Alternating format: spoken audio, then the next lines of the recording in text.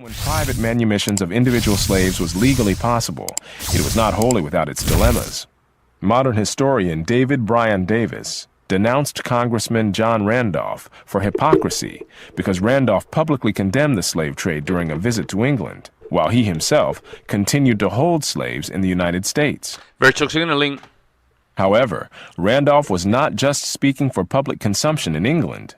He said similar things both in public and in private letters to friends in the United States.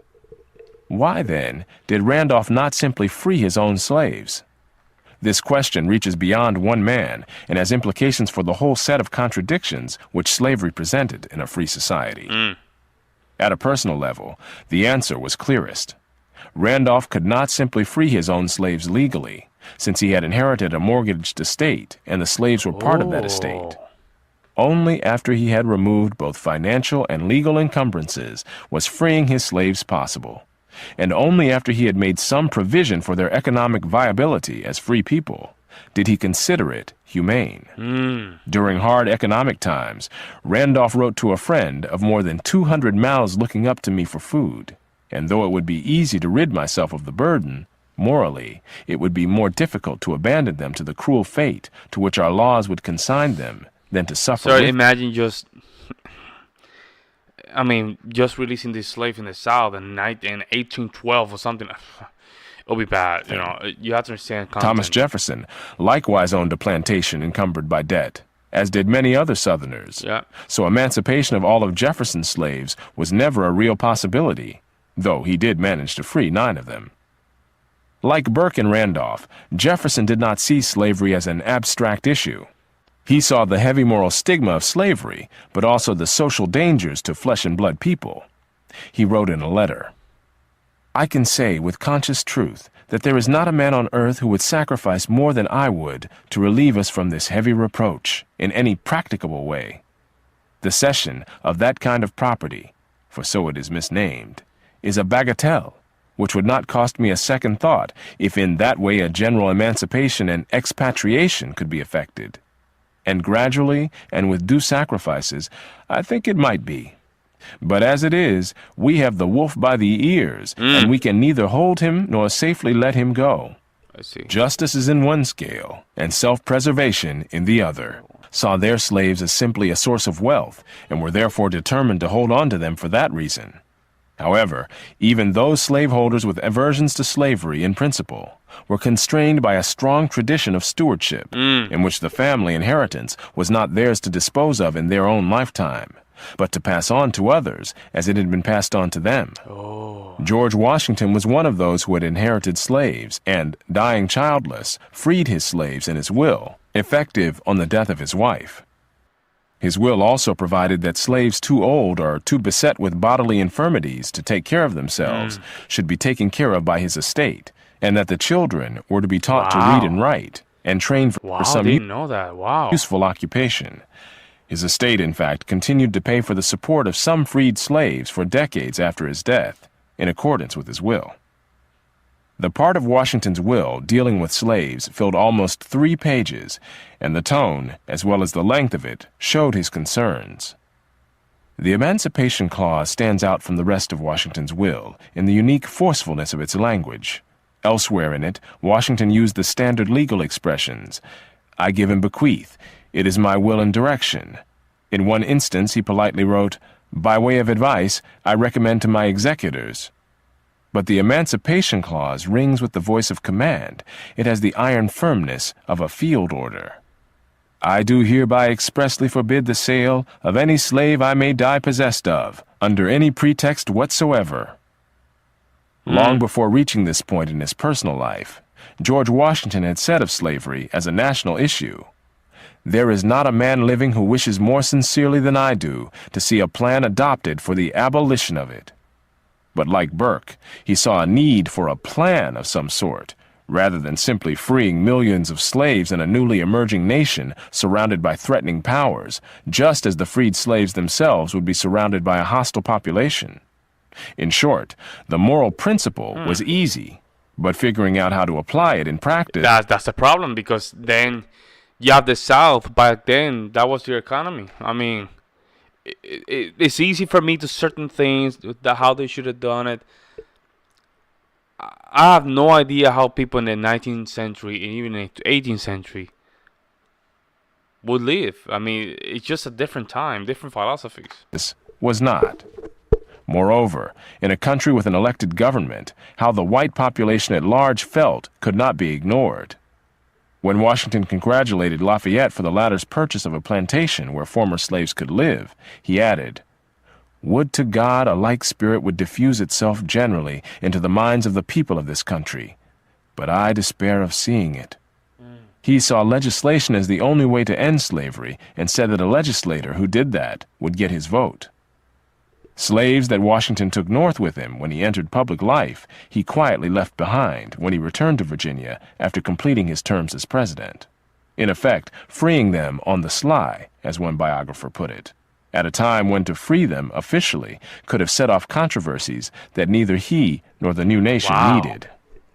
George Washington was, after all, trying to hold together a fragile coalition of states bearing little resemblance to the world power that the United States would become in later centuries. Not easy, folks. Not easy, especially in a time like that. The men were men. They didn't care just to pull someone down. Thought of ways he might sublet much of his estate, in which his current slaves might be hired by the year as laborers by tenant farmers. He was clearly casting about for some way, as he put it in a letter, to liberate a certain species of property which I possess very repugnantly to my own feelings. But there were no takers. Washington's behavior as a slave owner is also worth noting. Beginning in the early 1770s, he rarely bought a slave, and he would not sell one unless the slave consented, which never happened. Not selling slaves was an economic loss. Slave labor on a plantation with soil as poor as Mount Vernon brought in little or nothing. The only profit a man in his position would make was by selling slaves to states where agriculture was more flourishing. Washington would not. "I am principled against selling Negroes as you would do cattle at a market." From 1775 until his death, the slave population at Mount Vernon more than doubled. Wow. As southern states in the 19th century began to tighten restrictions on the right of slave owners to free their slaves, there we go. In order to forestall the social problems that were widely feared, the law... Again, it's a different time. I mean, the South, the cotton was the main source of economic. It was wrong, but damn. Laws made manumission increasingly difficult, legally complicated, and a costly process. Those slave owners who were prepared to grant manumission found it less onerous to let those who were legally their slaves simply live as de facto free persons. In antebellum Savannah, for example, 2 of the churches in the free black community there were headed by ministers who were among the most prosperous members of that community, even though they were, legally speaking, still slaves. Many blacks who had managed to gain freedom for themselves individually... Oh, wow, that's a nice painting, though. That's beautiful. Is that a painting or is that a picture? Then legally owned members of their own families, because it was not financially or otherwise feasible to go through what it would take to free them all de jure. Quakers also held legal titles to many slaves in their southern churches, while it was an open secret that these slaves lived free and independent lives. In the case of John Randolph, the charge of hypocrisy is hard to sustain in view of the events surrounding his death. Never married, and so without heirs to his estate, he made provision in his will, years before his death, that his slaves were to be not only freed, but provided with land in a free state, on which they might hope to live in peace and be self-supporting. In a will written a dozen years before his death, Randolph wrote, "I give and bequeath all my slaves their freedom, heartily regretting that I have ever been the owner of one." An earlier will said, "I give my slaves their freedom to which my conscience tells me they are justly entitled." That this was said by a conservative white Southerner, a bitter political opponent of the abolitionists, and a man who asserted the right of secession long before the Civil War, suggests something of the complexity of the issue confronting those who faced it directly as a human reality, rather than as an abstract question. Knowing the stringency of the laws of the South when it came to the freeing of slaves, when Randolph felt that he was dying, he summoned a doctor whom he wanted, ostensibly for medical treatment, but in fact as a white witness whose testimony would be accepted in the Southern court as to his dying wishes. Once the doctor was present, Randolph ordered his black servant not to let the doctor leave the room until he, Randolph, was dead, so that there would be no legal question about what he had done. This was the scene. Randolph was propped up in the bed with pillows at his back.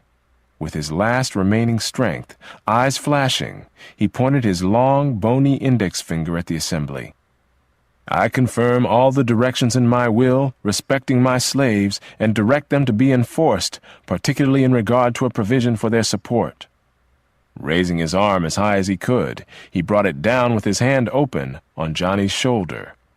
Especially for this man. He then asked whether each of the witnesses understood him. Immediately, Randolph's keen, penetrating gaze clouded, his mind gave way, and he slumped down.